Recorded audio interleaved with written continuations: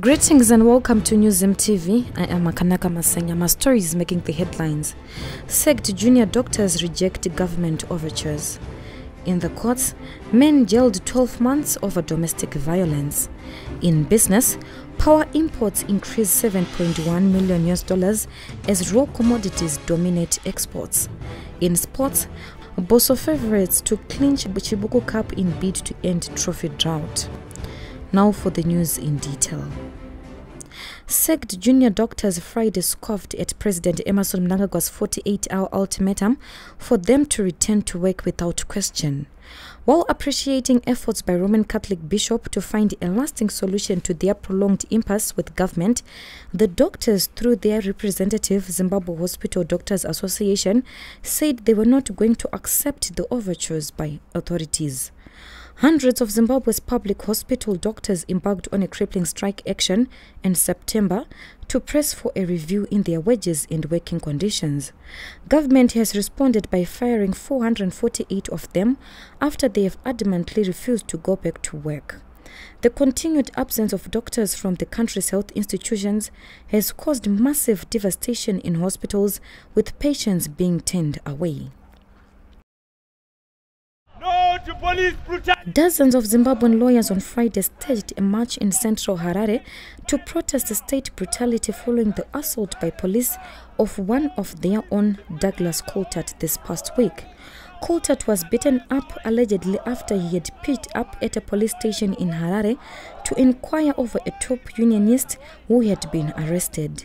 During the Friday protest, the lawyers marched from High Court building to the Home Affairs Ministry and the Commissioner General of the Police Office to hand over a petition. Zimbabwe Lawyers for Human Rights Director Rose Hanzi told NewZimbabwe.com police must ensure anyone exercising their democratic rights does so in peaceful environment. Police playing their role, fulfilling their mandates of ensuring that anyone exercising their rights, they exercise so in a peaceful environment where they actually secured by the police, not where they fall victim to violations perpetrated by the police. We are also calling on relevant authorities, the Ministry of Home Affairs and the Commissioner General of Police, to ensure that when lawyers are carrying out their constitutional mandates, they are allowed to do so without fear of being attacked by the police or without being denied that right to represent clients of their choice who have actually contracted them as lawyers. Reforms and new laws being talked about are only confined to Harare, where they are being crafted and are not being allowed to cascade to the country's remote villages, women from rural Gutu, Bikita and Zaka districts have said.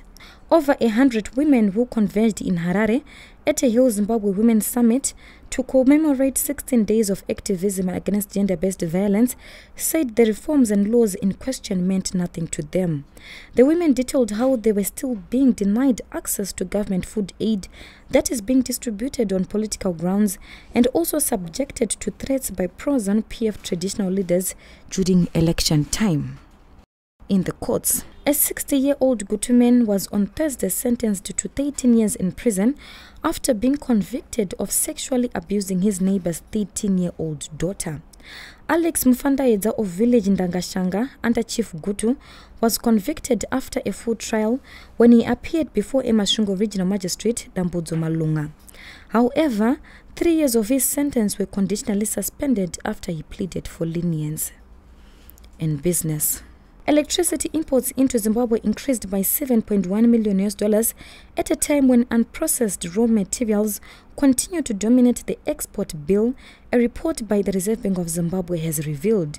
The report says in August this year, the country gobbled $12.9 million on electricity imports, up from $5.8 million spent in the month of July 2019, indicating a $7.1 million increase. As a percentage share of total imports, electricity is the third highest, with diesel and petrol leading the list respectively.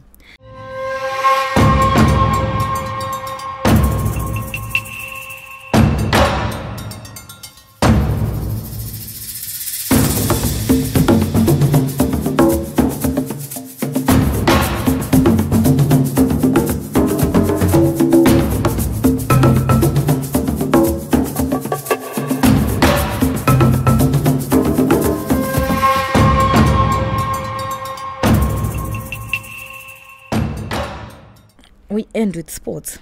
Highlanders are heavy favourites to win their first major trophy in 4 years when they face Ngeze Platinum in a Chibuku Super Cup final at Barberfield Stadium this Saturday. Bosso, who enjoy home advantage, will be in search of their first piece of domestic silverware since beating Chicken in 1-0 to win the Net1 sponsored Easy Call Cup at the same venue in December 2015. Having endured a barren spell since that cup final success, Highlanders, who are enjoying a new lease of life under their Dutch coach Hendrikus Pieter de Jong, will be eager to finally get their hands on some silverware. Reporting for newzimbabwe.com, I am Makanaka Masengema. For this and more stories, visit our website www.newzimbabwe.com. Subscribe to our YouTube channel, NewzimTV.